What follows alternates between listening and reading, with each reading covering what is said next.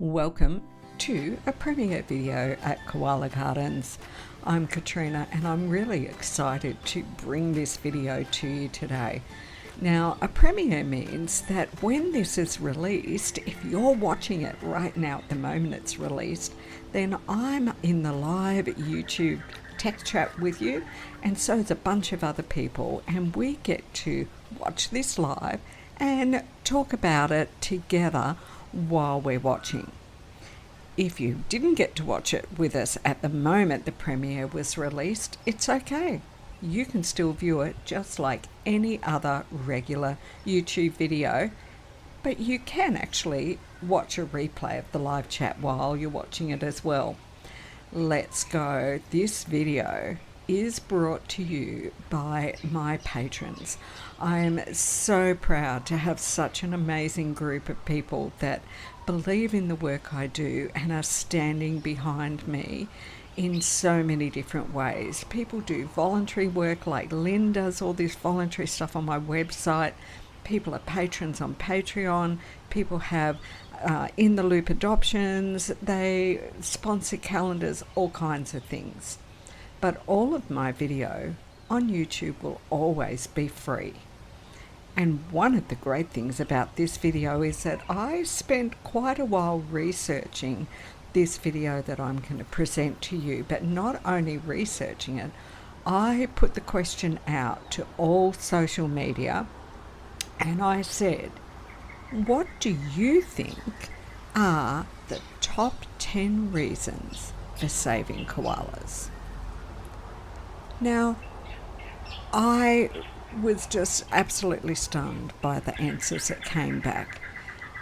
I wanted to put together the top 10 reasons because I think it's really worth thinking about the why of what we're doing, and there's so many ways that people are trying to say let's change the way the world's working. So I just wanted to think a bit about why. And it was just incredible when those reasons all came back and I started to go through them and put them together ready to be polled so that people could vote the top 10 reasons.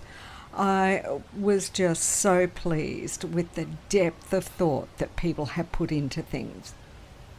Now, if you put things forward, you might notice that the reasons that I put out on the poll might not have been worded exactly the same way as what you did, because a lot of people said some very similar things in slightly different ways, and I had to combine them to try and encompass that reason.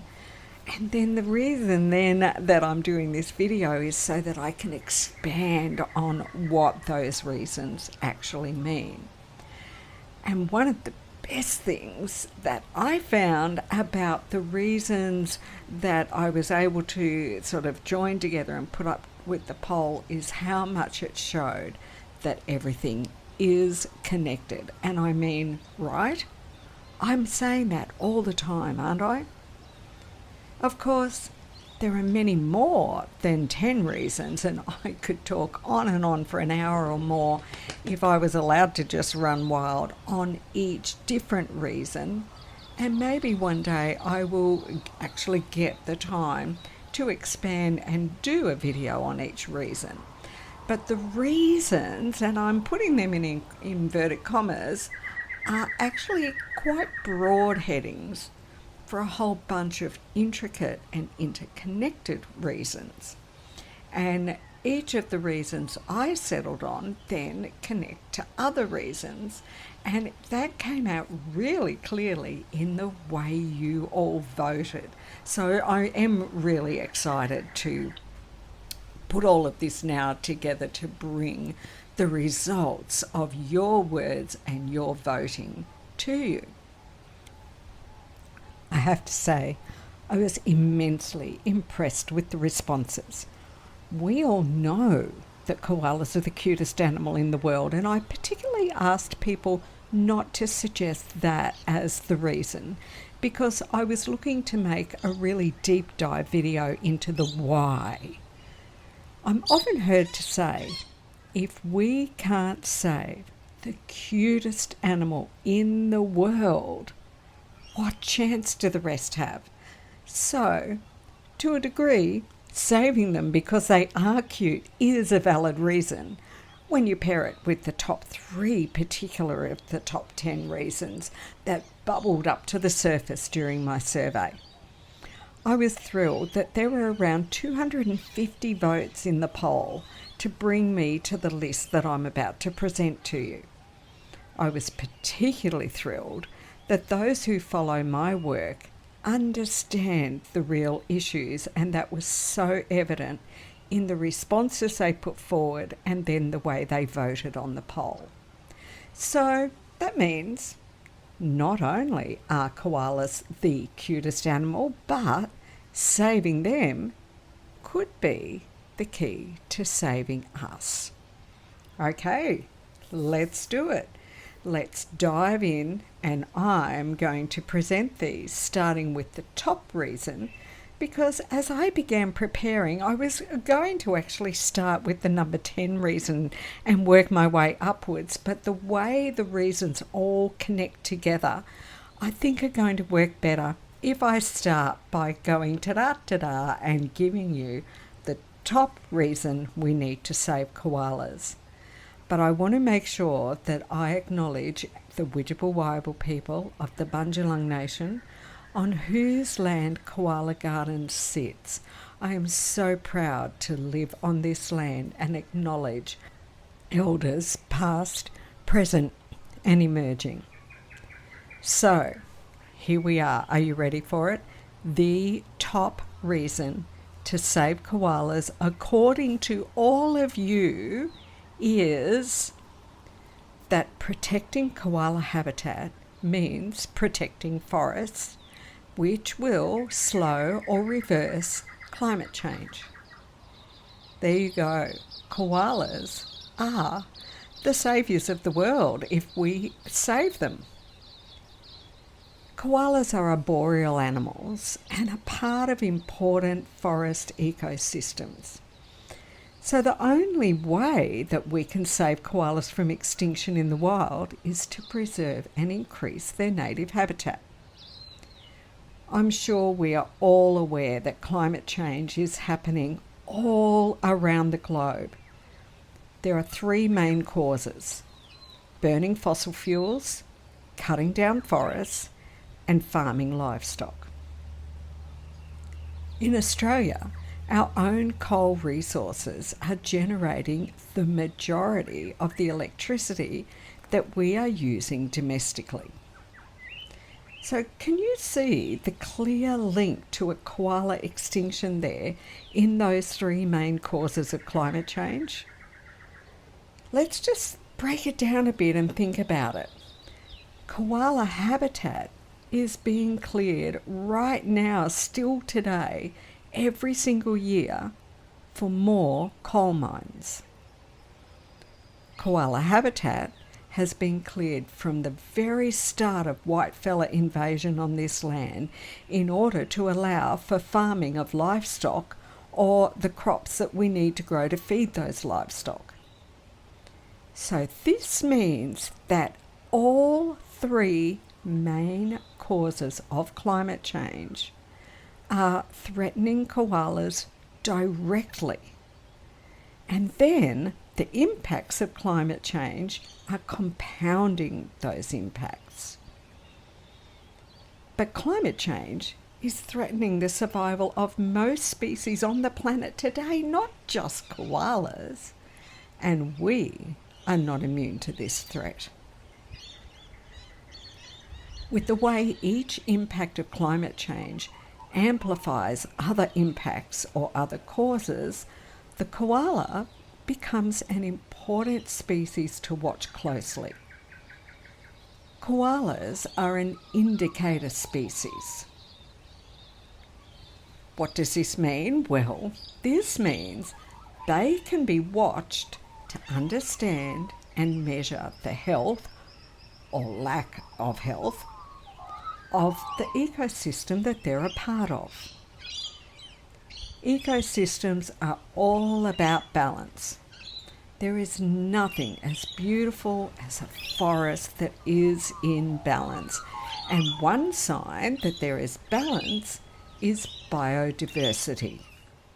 And this includes both the flora and the fauna. Now, I've heard suggestions of things like taking seed for primary koala food trees and making huge plantations in other areas, even in other countries. And once they've grown, it's suggested that koalas could then be brought over and live there because they would have been growing their food for them. But this misses the point that koalas are part of a rich ecosystem. A monoculture forest or a narrow diversity forest with just the one native species, say the koala, won't thrive. It would become a project that would require a lot of human intervention constantly to maintain. And it would always be at risk because of the lack of biodiversity. For example, imagine if a disease that attacks that particular tree got in, the entire forest would be wiped out. So, preserving and increasing biodiverse eucalypt forests are one of the important keys to saving koalas and also to combating climate change. A forest with high biodiversity has an increased chance of surviving through extreme climate events, and it also has an increased ability to capture carbon. The reason that it has an increased chance of surviving an extreme climate event is because it wouldn't necessarily wipe out every species in that ecosystem. So one type of tree might break and fall more often, one might burn, one might not cope so much with the dry conditions or with their feet being too wet, but others would, and they would nurture and protect each other, allowing there to be some canopy, some community resistance to allow a species that was impacted to come back. The reason that there's an increased ability to capture carbon is a similar thing. Let's say there's an extreme event and one of the species of tree in the forest doesn't cope very well, and a lot of branches break and even some of the trees come down, but only one of the species gets really impacted by this. And that forest protects and nurtures all of that wood and leaf that has come down, allowing that carbon to actually be slowly released to create more forest, instead of if it had been a monoculture plantation and had all fallen down, that carbon would be being released back into the air. It's through the capture and storing of carbon that forests help stabilise the climate. Through the provision of shade, such a simple thing, they can help reduce the temperature. If you don't believe me, I challenge you. Just walk out into an open field or even a car parking lot for 15 minutes in the middle of the day in summer and make yourself stand there, and then turn and walk into a forest. Now, I don't mean walk underneath a single tree, although if you did start with that, you would notice some immediate relief. But inside the forest, you'll not only be cooler, but there will be more water available in the air. The leaves of the trees will actually draw in the heat and use evaporative cooling to reduce the temperature. This means the denser the forest, the cooler the forest. You might think, but hang on, forests in somewhere like the Amazon are a really hot, sticky place to be, and yes, they are. But imagine go back to my situation where you're standing in the middle of an open paddock. If you were in one of those equatorial regions such as the Amazon and you were standing out in the open paddock, imagine how hot it would be there instead of underneath that lovely forest canopy.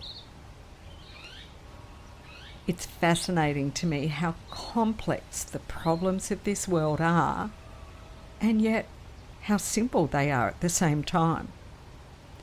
I mean, here's the equation. Trees equal a stable climate. It's pretty simple. We're driven towards consumerism in this world, feeling that we must constantly have more and more. And the more fossil fuels we remove and burn, the more carbon there is in the air, and the less forest there is to deal with the carbon. In other words, a vicious cycle is in effect, and only we can change it because we are the ones that are causing it. If we were to stand up in Australia and stop the destruction of any more koala habitat, we would be refusing to create or expand coal mines, natural gas fracking, and further livestock farming. What would this mean? Because surely we need energy, we need homes, we need food, and we certainly do. But does that mean that the amount of energy we consume, the size of the homes, and the type and amount of food we eat amount to being the same thing as what we need? This video is not an attempt to provide the answers on how to stop, let alone reverse climate change. But it is an attempt to begin thinking about the impacts of what we are doing as a species and why, like maybe the top 10 reasons why we might want to make changes. So I'm going to stick to a simple equation. That is, to save koalas, we need to preserve all the old growth forest that is still here and rapidly expand it in a biodiverse way. Doing this will have a positive effect on climate change, and it will also impact on how we live as a Western society culture, because if the problem is how much we are taking, then we will have to find ways to be satisfied with taking a lot less. And after all, the choice is ours. Now the second reason number 2 to save koalas, of the top 10 reasons to save koalas, is that protecting koala habitat means we're protecting other endangered species too. And a way of terming this is that we call koalas an umbrella species. You often hear me say it, and I've already said it so far in this video, that everything is connected. Umbrella species are key species in an ecosystem, and it's recognised that any work done to protect them and to conserve their habitat will impact many other species who share that same ecosystem. A great example is the hollows that form in older eucalyptus trees. Koalas need these trees, but they don't use the hollows. However, preserving their trees, we're protecting the habitat for other vulnerable species that do use hollows. Species such as some of our vulnerable gliders, cockatoos, parrots, and many other kinds of animals. A host of species that are not even considered vulnerable use the hollows as well. There's lots of birds, marsupials, native bees, and reptiles, all who need hollows in order to be able to survive.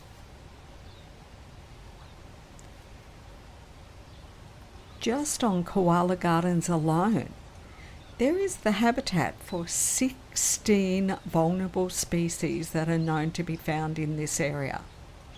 Now, I don't talk about them often because many of them are not even generally known to a lot of people outside of Australia. However, I know about them and I'm often on the lookout for them. Quite a lot of these have been positively identified on the property, and they include a vulnerable species of grass called hairy joint grass, which is a wetland grass, the wampu fruit dove, who make an amazing noise that sounds like wampu, wampu. The little lorikeet. We have lots and lots of parrots, and lorikeets are a type of parrot in Australia, but this little tiny fella is in a lot of trouble. The squirrel glider. Now, lots of people know a little glider that's called a sugar glider, and squirrel gliders are a similar size and they even look quite similar to the squirrel glider, but they are just disappearing very quickly, so they're also vulnerable. The grey-headed flying fox. Interestingly, quite a lot of Australians have decided they don't like this animal because they don't want them in large numbers living near them because, their poop smells. But guess what? The grey-headed flying fox is the primary pollinator for the 3 primary koala food trees. So koalas and the grey-headed flying fox are really, really important to each other. And there are a lot of people here in Australia working really hard to save the grey-headed flying fox. Then there's a little tiny, insanely cute microbat called the little bent-wing bat. And they are so small they can actually look like a large insect when they're flying around. And of course, the koala. The other vulnerable species that there is habitat for on this property is the rose-crowned fruit dove, the red-backed button quail. I have seen some of the common quail on the property. Quite often I see the little common quail on the property. The pale-vented bush hen, the grey-crowned babbler, another little microbat called the southern myotis, the greater broad-nosed bat, and the eastern long-eared bat. I should make a bit of a note that the grey-headed flying fox is a bat, but it's a fruit-eating bat. Now, the other 2 vulnerable species that we've not found on the property, but it would be amazing if one day we did find them coming through, is the thorny pea and the sweet myrtle. So they are 2 flora or 2 plants that are vulnerable species. So even though these species are all vulnerable to extinction, I would not have gained a conservation agreement for any of them on this property alone. I'm quite certain I would not gain any kind of a social media following that would last for decades on any one of them alone either. So this shows how important the koala is as an umbrella species, as this is just a sample of the kinds of vulnerable species that they may share habitat with. They share habitat with many other vulnerable species in other different areas. So it would be fair to say, if we all banded together and succeeded in saving the koala, without thinking past that, we could be saving hundreds of other vulnerable species. So the particular species that share koala habitat change between regions, soil and terrain types. As you know, koalas are found right along the east coast of Australia, down into Victoria, and then there are some in South Australia. So there are different vulnerable species sharing habitat with them all along those areas. For example, koalas in a forest with a good waterway would also give umbrella species protection to vulnerable species such as the platypus, different turtles, yabbies, frogs, and fish. I think it's another great reason to save koalas, and I'm again impressed that you all knew enough about what's going on in this world to vote that into position number 2. Position number 3 is that koalas play an important role in their ecosystem. Again, it takes me to that whole everything is connected that I love to be able to talk about. So it was interesting that I did get some feedback on Facebook saying that koalas don't actually play an important role. And I found that really interesting. So it meant that when I was preparing this video, I spent some extra time researching more on this and really thinking it all through. And I thought that you might like for me to share with you what I found out. So some of the important ways that koalas do contribute to the ecosystem they belong in include: koalas look after their habitat's ecosystem by controlling plant growth, enriching the soil with their scat, and reducing the amount of eucalyptus leaves that could fuel wildfires. So let's break that down a little bit more. A single koala can eat more than half a kilo, or about a pound, every single day. They're eating eucalyptus leaves, which contain high volumes of volatile oils, which they are then processing through their livers, and their scat is not highly volatile. So they are removing those volatile oils from the canopy of the forest.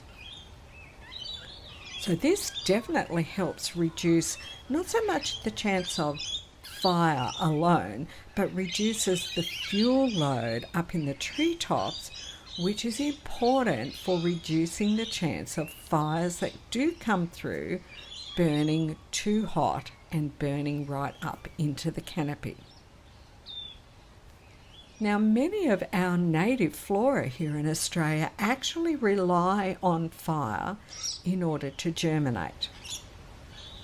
So this means that what we call cool fires actually will keep the fuel loads down as well each time they burn through. So what this means is that the eucalypt forests of Australia are actually designed for fires to come through them. That's something that not a lot of people really understand. Is one of the key things about climate change is how it is also changing fire. And not only climate change, but the poor management of the landscape that Whitefella is doing in Australia has been compounding all of this. So fires become particularly destructive when they get up high into the canopy. So koalas are performing a very important function by keeping that fuel load down.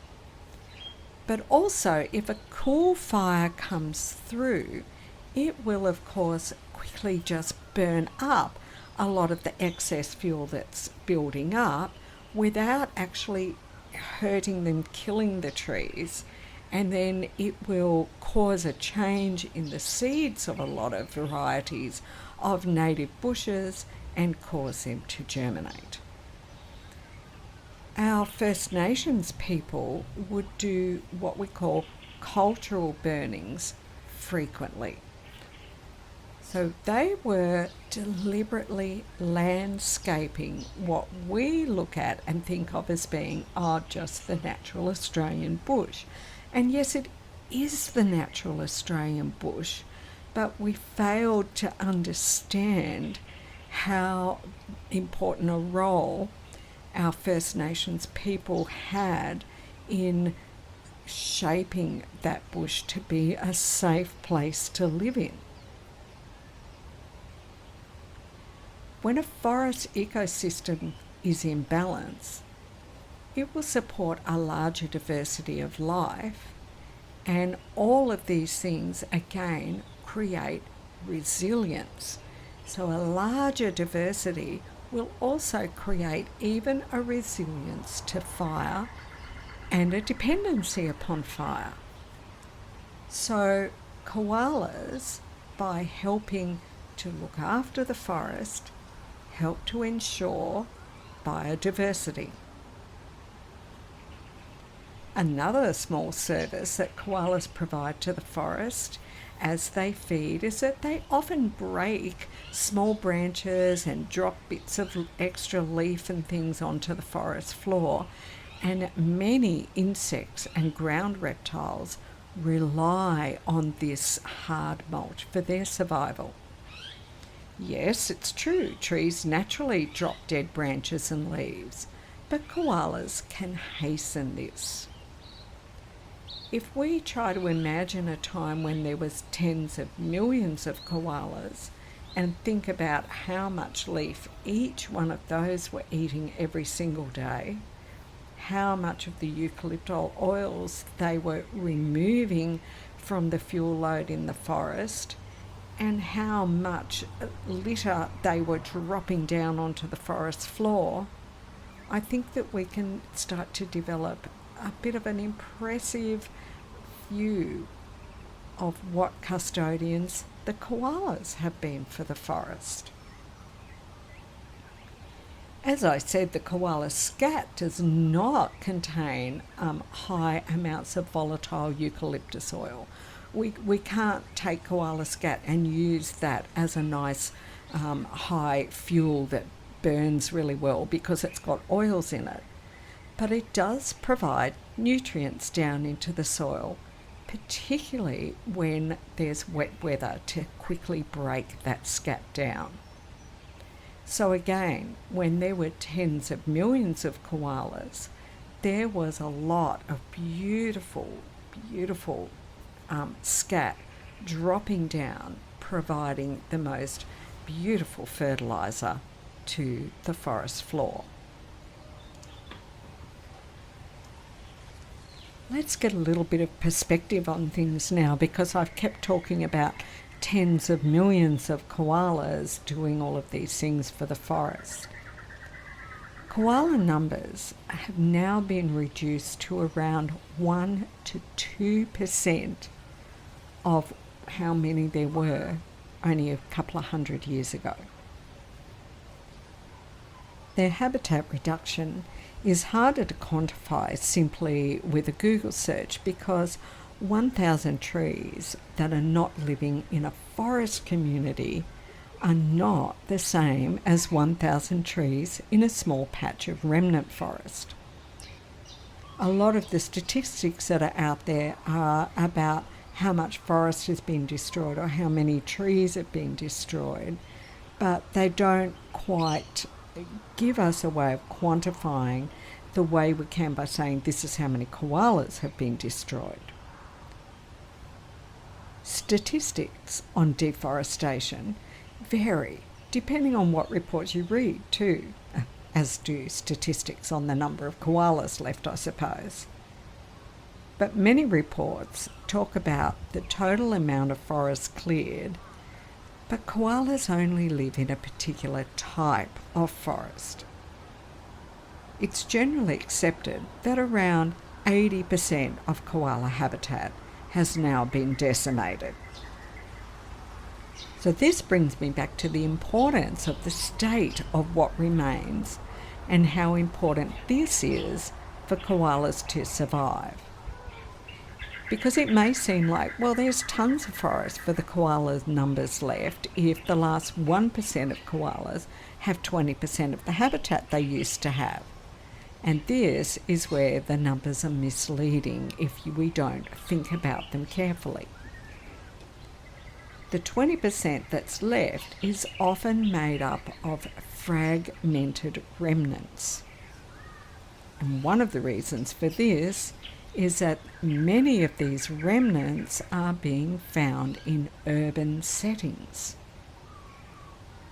Areas of national park where there are larger areas of good solid forest are being selectively logged and don't necessarily provide a safe haven. Another common reason for fragmentation is mining and agriculture. I'm talking about this here in this spot because if we want to examine the role of the koala in their natural ecosystem, it's important to be very aware that their ecosystems have changed dramatically in many ways. You often hear me saying it's trees, trees and more trees, and that is true. But it's not trees alone, it's ecosystems. If koalas become extinct, there will be an impact directly on the health of the eucalypt forests left that they do inhabit. And so I particularly love how this brings around into a full circle the way the top 3 reasons blend together. Let me try and summarise these top 3 reasons, therefore, into a single paragraph. Koalas are arboreal. Protecting their habitat means we are protecting forests with high biodiversity. Every forest we protect is home to a host of flora and fauna. When we protect forests, we are able to combat climate change. Koalas, in turn, play an important role in maintaining the health of their forests that we have protected. Protecting koalas means survival for everyone. Okay. I mean, I could still talk on and on. Like I said, I could do a 1-hour video on each one of these reasons. But we've only done the first 3 reasons, so let's move on and look at what got voted in as reason number 4. And this reason is just as sobering as the others, maybe even more so. Koalas are endangered. If they go extinct, they are gone forever. So this sentence alone is chilling because I can't actually even really talk on it very much more because it is so self-explanatory. Extinction is forever. It is the end of the road. When we stop and think about what I said just in the last point, which is that there is only around 1 to 2% of the original population left now, they are in serious trouble and are soon going to pass a tipping point. I don't say that to be alarmist. I say that because I genuinely want to see koalas saved. And if we don't take it seriously now, we may hit a point when it is too late to take it seriously. Predictions that were being given back in around the 2015, 2016, 2017 said that koalas would be extinct in the wild by 2050. I've notice that there has been a distinct lack of updates on those predictions since the fires that we had in 2019. There is no way that the fires of 2019, where millions and millions and millions and millions of wildlife were just destroyed very quickly, there is no way that that has not had an impact on those predictions. So that means that we could see them extinct in the next 25 years. So if we don't really take it seriously and do something now, when do we think we're going to have a chance to do that? Let's move on to point number 5, because as I said, there's not really a lot more I can say about that other self-explanatory point. Koalas are unique and special, being iconic to Australia. All right, well, let's have a look at what a few of those things actually mean. Unique means being unlike anything else. Well, when we talk about the koala, unique is the correct term to use. And not only that, but there's a number of ways that they are unique. And the more we learn about koalas, the more unique features we discover about them. They are known all the world around. There are honestly not many places that you can go in the world today and find people who don't know, at least in some kind of a basic way, what a koala is, and at the very least that they come from Australia. And this is exactly what we mean when we say that they are iconic. You know what though? It's even more than this. They are up there in the list of the most iconic species in the world.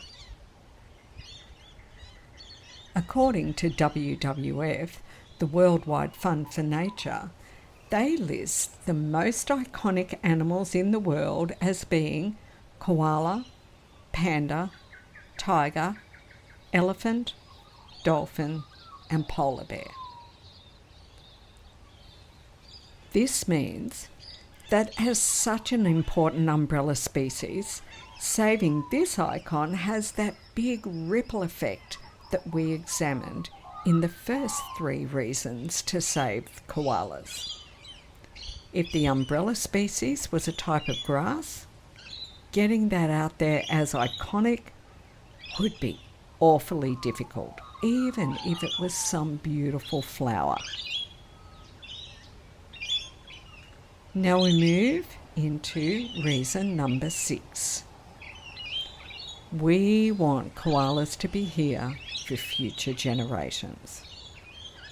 I love this reason.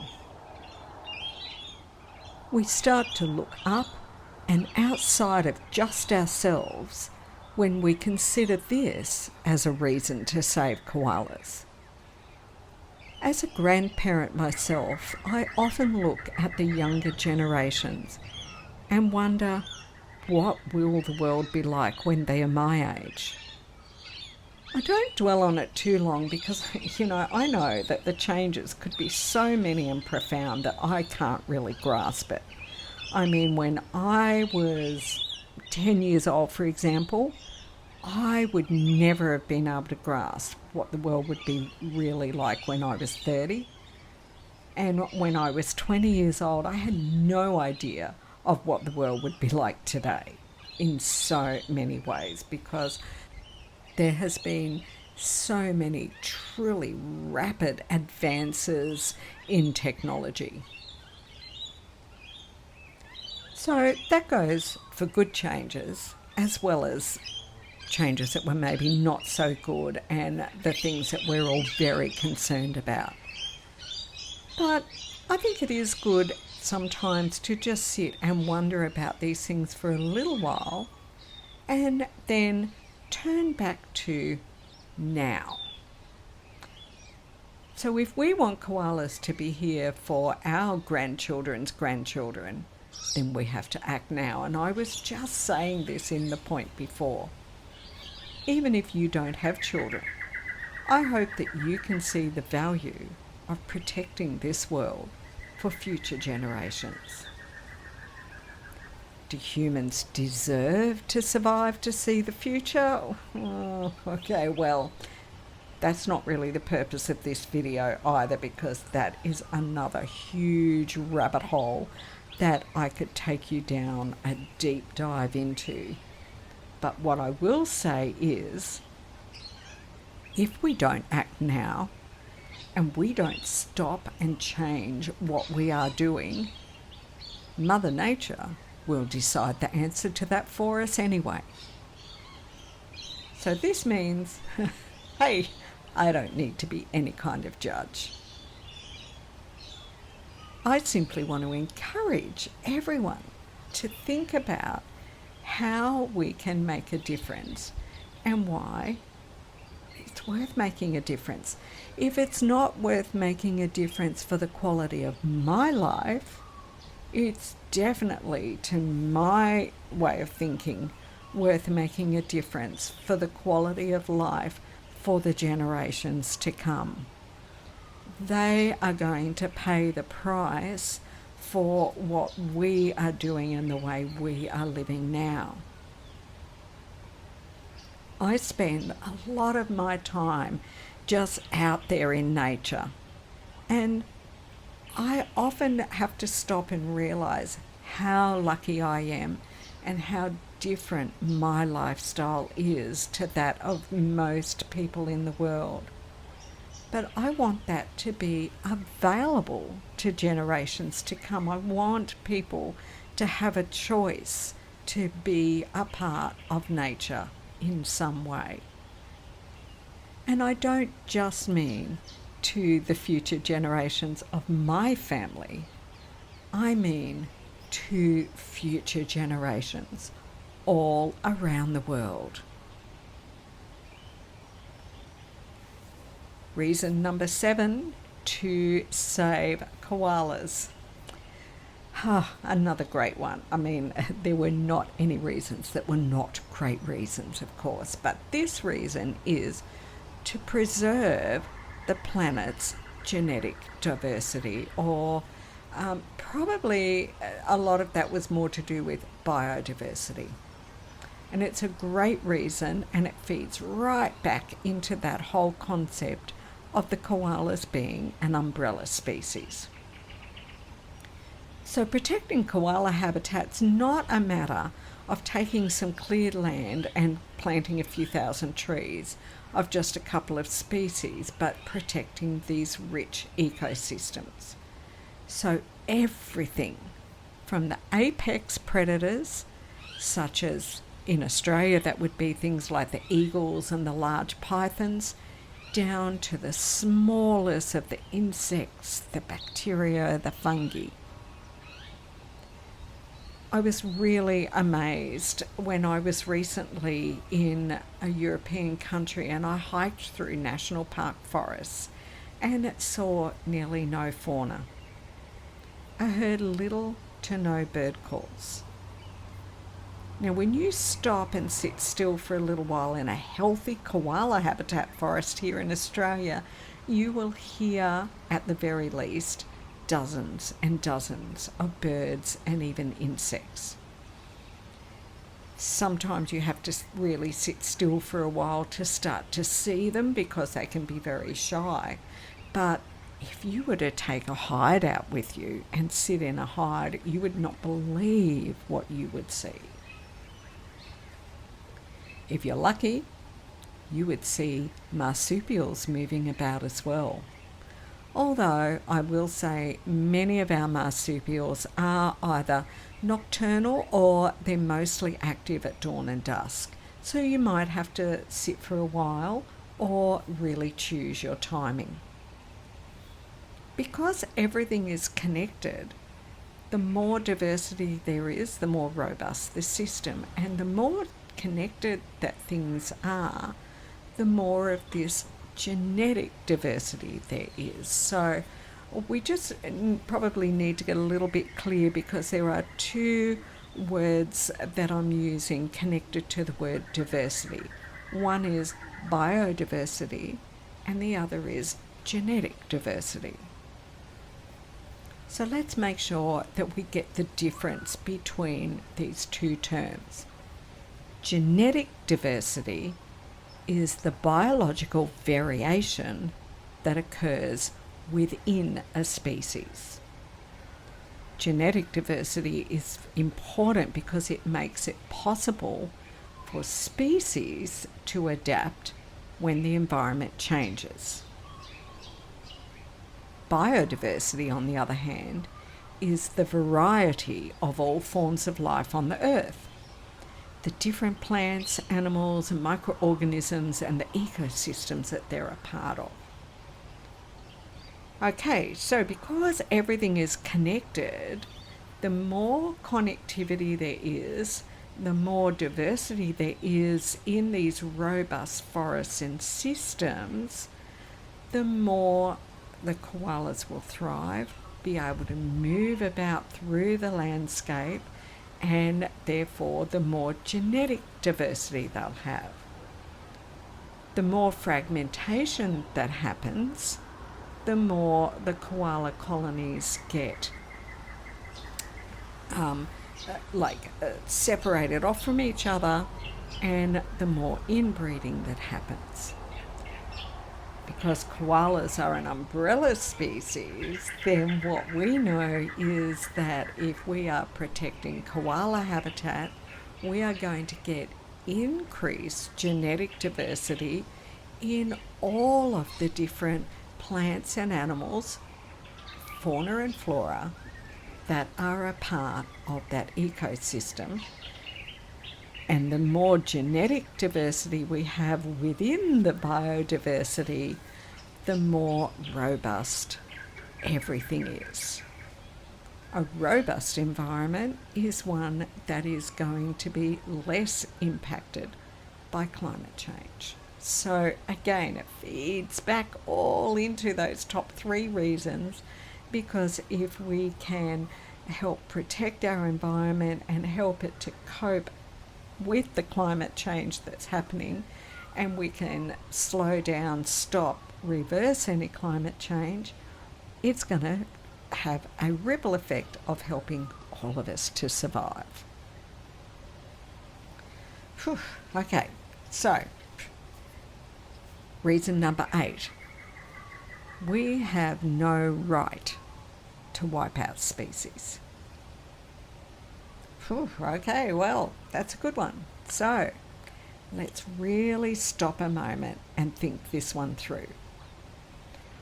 I really wanted to include this for the vote, because even though it's not specifically about why we should save koalas on their own, it is, to my mind, at the heart of the matter. Humans are self-aware in a way that animals simply are not. I completely agree that some species have some degrees of self-awareness, but not to the point where they understand that they can impact their environment, other species, and even the entire world. This understanding could be what we call introspection. Animals cannot do this. They cannot examine and then describe their own thoughts and feelings in a way that can be understood by another animal. The use of complex language has allowed humans to build their knowledge on the knowledge from previous humans and generations. This also can't be achieved by animals. Yes, a mother koala can teach her young how to live and move through the treetops, and therefore her young builds their knowledge on the knowledge of their mother. But that's not compounding and increasing generation after generation. Koala mums have taught their young basically the same way for a very long time, millions and millions of years, and that is not being built on, that is simply being used generation after generation. For example, that koala mum can't teach her young mathematics so that they can develop new areas of math that have never been known before. Somehow, humans in many cultures are raised with a belief that they are the reason this world exists, and they have the right to make any changes they desire to the world. There's a culture of applauding new research and inventions, and look, this on its own is not a bad thing. But each new invention may or may not be used in ways that harm people or the environment as more applications for it are devised. And this is where humans really differ from animals. We can take something that is developed by one human and we can expound on it to do something else. It's not the same as one primate watching its mother take a little stick and poke it into something to pick it up and eat it and figure out that it could use it to eat something else. I'm really talking in much bigger ways. And what really separates humans from animals is that even when it is known that something is harmful, a profit of some kind, which might be money or power in a lot of cases, will cause humans to ignore that knowledge of the harm that will be caused and proceed anyway. Examples of this happening are innumerable, but some of the more recent ones that you might think about could be discovery of the atom led to bombs. Discovery of something called PTFE led to the development of Teflon. Discovery of the creation of plastic has led to something that we can't get rid of and is today completely out of hand. So they're examples of the way humans can take prior learning and build on it, which definitely separates us completely from other species.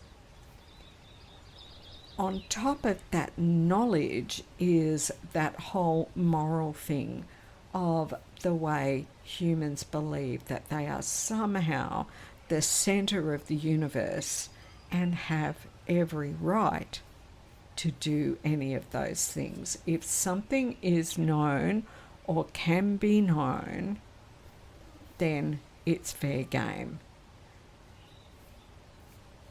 What we're saying here is, do we actually really have that right? Just because we do it, does that mean that we truly have the right to do it? I reckon you can probably guess what my answer to that one is. Reason number 9. Koalas have been here for millions of years. This is their home. This just feeds right back into a few of these other reasons that we've already discussed above, doesn't it? This is their home. So do we actually have the right to do what we're doing? Let's get a little bit of perspective on things again here. So fossil records indicate that koalas, or at least ancestors that were very much like our modern koala, are 25 to 45 million years old. Now, 45 million years ago, the landmass that's now known as Australia began to drift away from Antarctica. The separation took a long time, but the further north the landmass of Australia drifted, the more temperate the climate became. And, well, now look, I don't have time here in this discussion to write an entire paper on that whole process. I'm sure that you know the basics of all of that. So it's obvious enough that Australia and Antarctica separated from Gondwanaland much earlier than this, causing the mammals here to evolve separately. The oldest koala-like fossils have been aged at around 25 million years. Now, this doesn't mean that they found the first koala, which is why I've said the records indicate they're somewhere from 25 to 45 million years old. These time periods are quite staggering because it's hard to imagine how the koala predates man by so many tens of millions of years. When we look at a koala, we should feel awe at how perfectly adapted they are for the ecosystem they're a part of. They have not changed in a very long time, unlike humans. Our First Nations people here in Australia are one of the oldest civilizations known, with their ancestry stretching back 75,000 years. So even if you take us humans back to our roots, becoming separate from other primates, we're still only talking a couple of million years ago. Our First Nations people revered the koala and the land. They lived in a farming harmony with the land, each nation and people understanding the different ecosystems they lived in and becoming a part of it. When Whitefella landed, they could hardly believe what a paradise they found. They presumed it was just lucky that it was so fertile and beautiful, and they had no idea that the First Nations people had been landscaping it for all that time, deliberately landscaping it.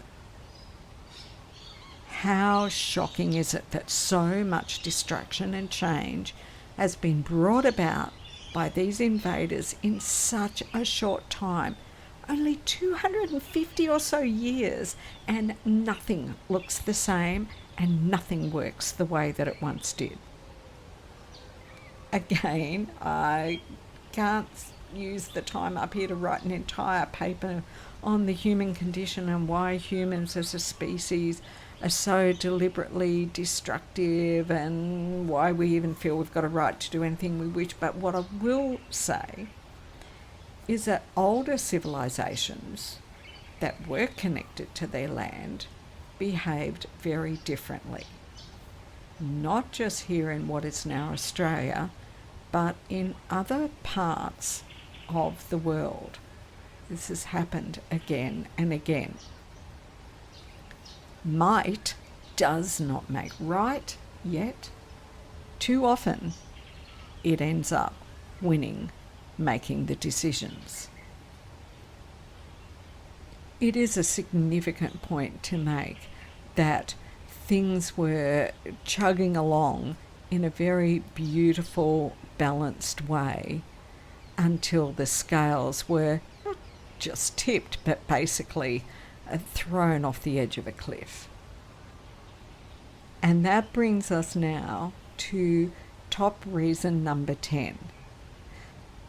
Again, it actually dovetails very nicely into what we've already been talking about. And that reason is that koalas are culturally important to our First Nations people. One of the things I love about that statement is that we know today that koalas are an important umbrella species.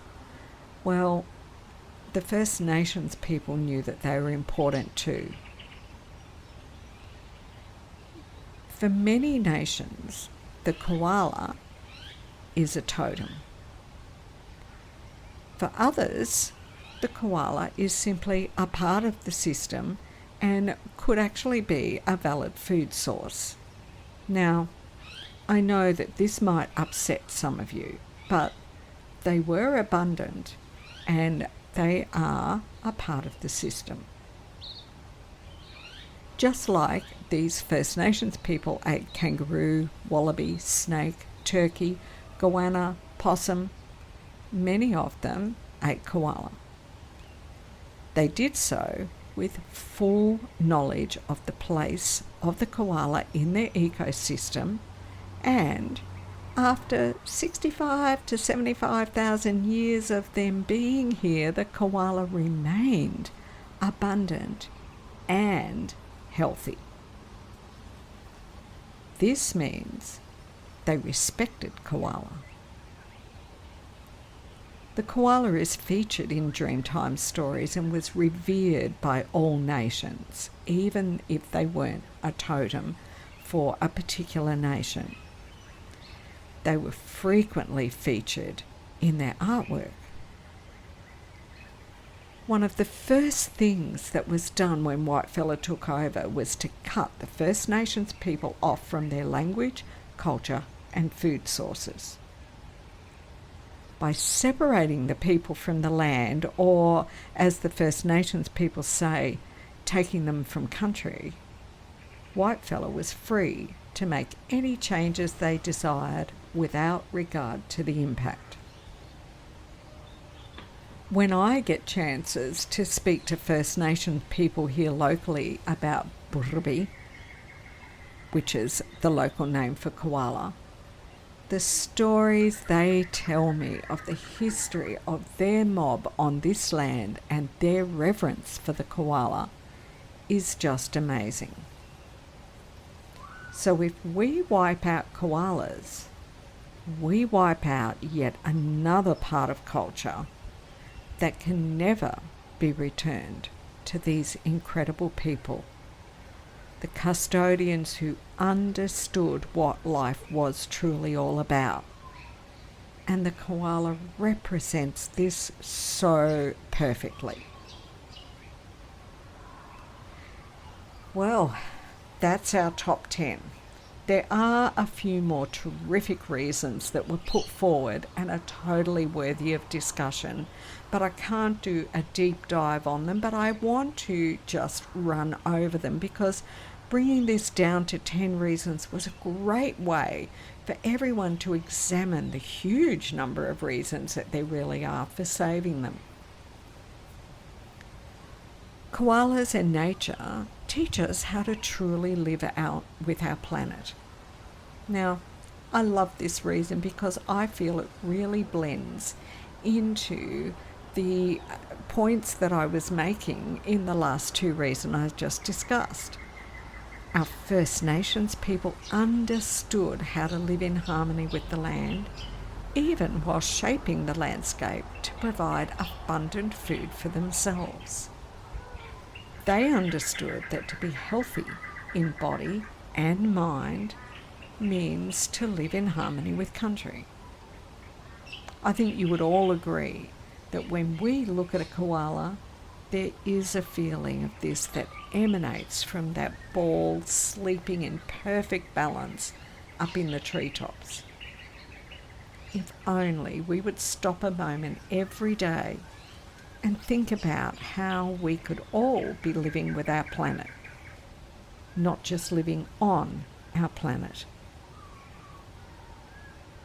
The next reason, because they are cute or beautiful. Okay, so I particularly noted when first asking people for reasons not to give this as the reason. However, some people did, and I didn't say that because I don't think they're cute or beautiful. Of course, I understand they totally are. What I really wanted to note here is that one of the big issues in this world is that value is assigned incorrectly. While beauty in this world is valued, many things are valued higher than beauty alone, and this is particularly true when it comes to nature. beauty that is created by humans will be assigned a far higher worth. And so you'll see a single painting may sell for billions of dollars and then be kept under high security while a forest is cut down without thought to the number of deaths it caused. Imagine a world without koalas, and you imagine a world just a little less beautiful and with just a little less joy. Why would anyone even want to imagine this, let alone cause it to happen? You've often heard me say, and will hear me say into the future, if we can't save the cutest animal in the world, what happens to the rest? The next reason was that koalas bring us hope and are good for mental health. Now, I know my mental health is always boosted when I see a healthy koala. There is something so opposite to the mad rush, stress, and the need to compete that is just gone when you look face to face at a koala. I challenge you, the next time you're feeling the pressures of this world, come to Koala Gardens through YouTube and watch a long play video. Feel free to do something else good for yourself while watching.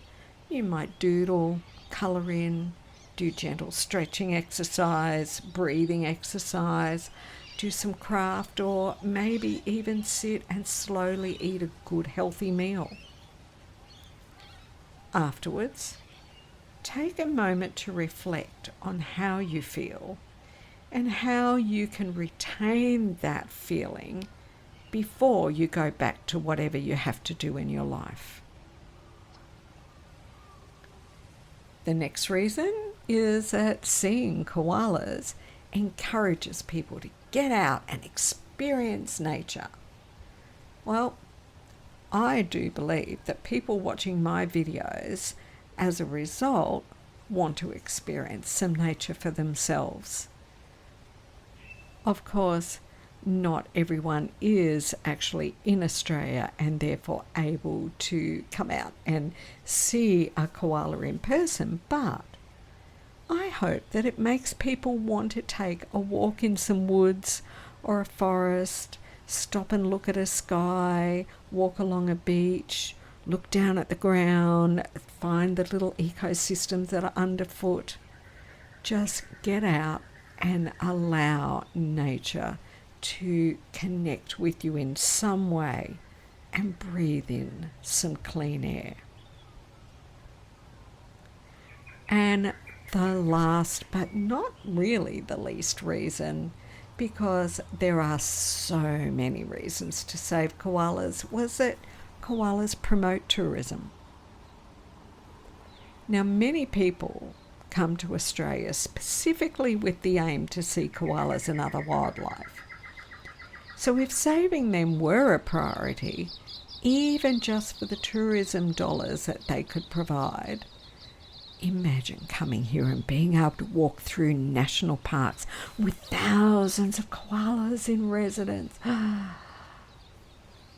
But sadly, tourism tends to consist more of visiting places, cities, attractions, and buying trashy souvenirs that were made somewhere else, usually with plastic and then imported. Well, they're mass-made, they're cheap, they don't usually last long, and then they're thrown away at some point anyway to just destroy the environment even more. True ecotourism could become a huge thing if we were truly concerned about our ecosystems. I recently visited a European country and was astounded at how little natural life I could find. I did a full day of hiking through national parks with a forestry trained tour guide. I did another 4 days of moving out through the countryside with other people, often walking through wooded areas and things. I barely saw anything.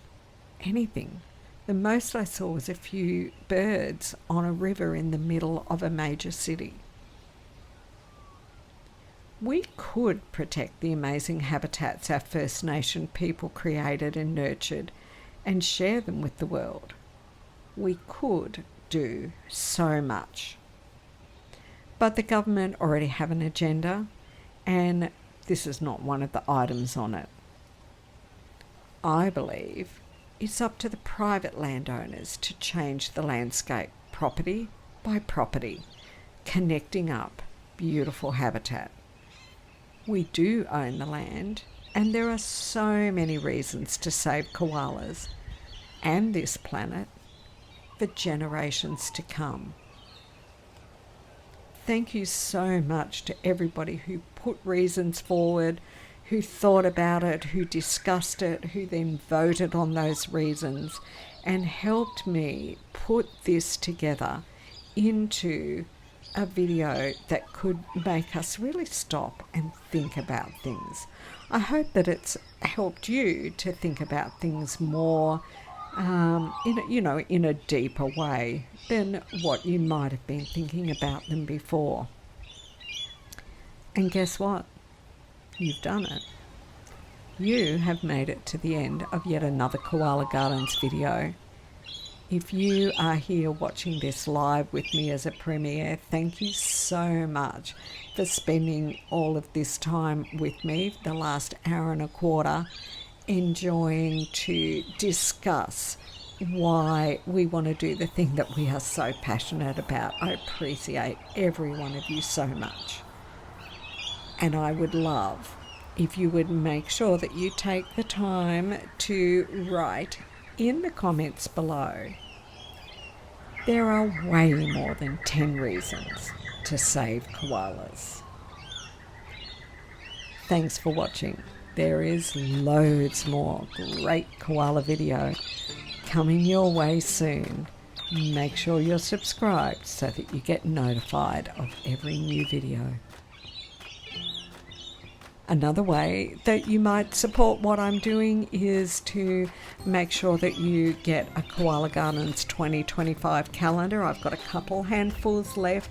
They are nearly gone, so don't miss your chance on them. Or if you're looking for anything for yourself, a new hat, a t-shirt, pair of socks, whatever it is, you want a gift for somebody. We've got holiday season coming up. Hop over to my Redbubble store and check out all of the many designs there and see if there's not something that you would be able to give to somebody and start conversations with them on why should we save koalas.